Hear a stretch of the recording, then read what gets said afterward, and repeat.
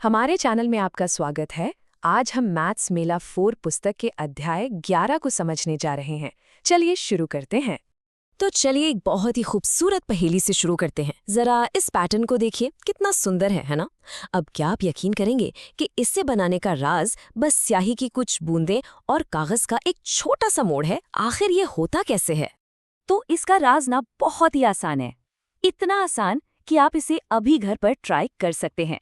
आपको बस एक कागज लेना है, उसे बीच से मोड़ना है, फिर उसे खोलकर उस मोड़ के पास रंग की कुछ बूंदें डालनी है और फिर बस दोनों हिस्सों को एक साथ दबा देना है।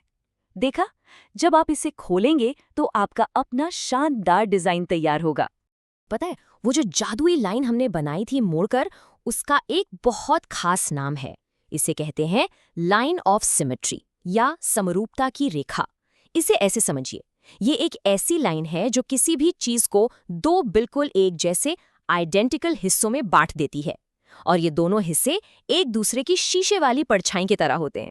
है ना कमाल की बात? ठीक है, तो अब हम जानते हैं कि लाइन ऑफ सिमेट्री क्या होती है। तो चलो अब इसके साथ थोड़ा और मजा किया जाए। हम इसे कुछ मोड़ने और काटने वाली एक्टिविटीज में लगा के देखेंगे।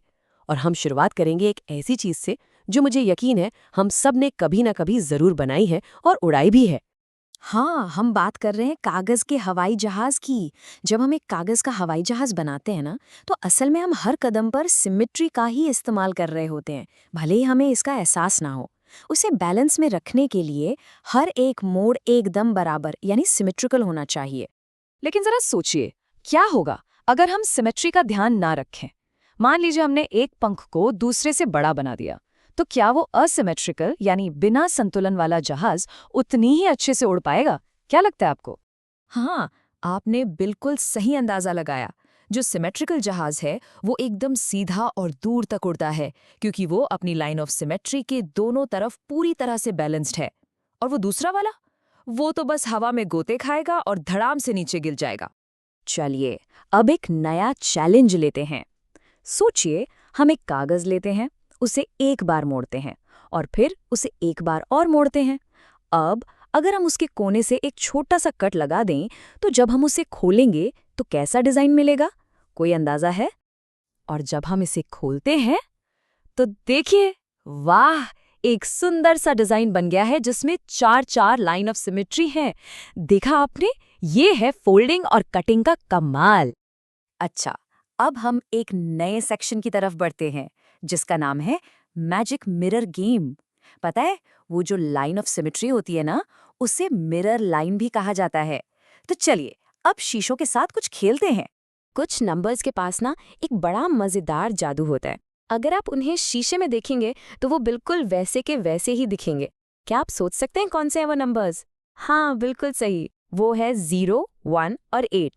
ठीक है, तो अब आपके लिए एक पहेली है। सोचिए, एक 3 डिजिट का नंबर है जो 120 के आसपास है और उसकी मिरर इमेज भी बिल्कुल वही नंबर है।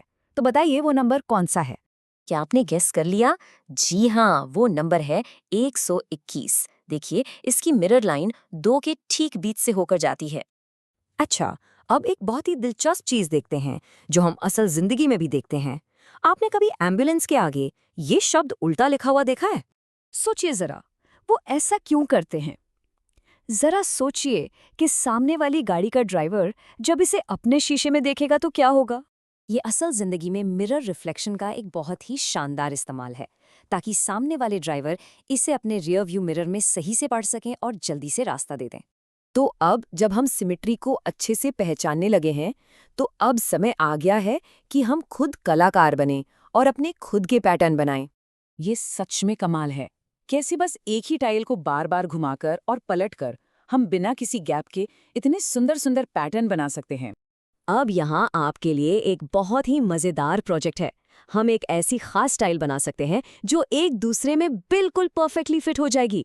बस एक चौकोर कागज लीजिए, एक तरफ से एक टुकड़ा काटिए और उसे ठीक सामने वाली तरफ चिपका दीजिए। बस आपकी टाइल तैयार है। और अब आप इस नई टाइल को बार बार दोहराकर एक शानदार वॉल पैटर्न बना सकते हैं। ये कितना मजेदार है। पर जानते हैं इन सबसे बड़ा कलाकार कौन है? वो है प्रकृति। सिमेट्री हमारे चारों तरफ है, पत्तियों में, तितलियों में और फूलों में, हर जगह। तो अब आपका आखिरी मिशन है, अपने आसपास की दुनिया में निकलिए और सिमेट्री को ढूंढिए। आपको कौन कौन सी सिमेट्रिकल चीजें मिलती हैं? ये दुनिया ऐसे ही शानदार डिजाइनों से भरी पड़ी है, बस उन्हें खोजने की देर है। देखने के लिए धन्यवाद। हमारे चैनल को लाइक, शेयर और सब्सक्राइब करना न भूलें।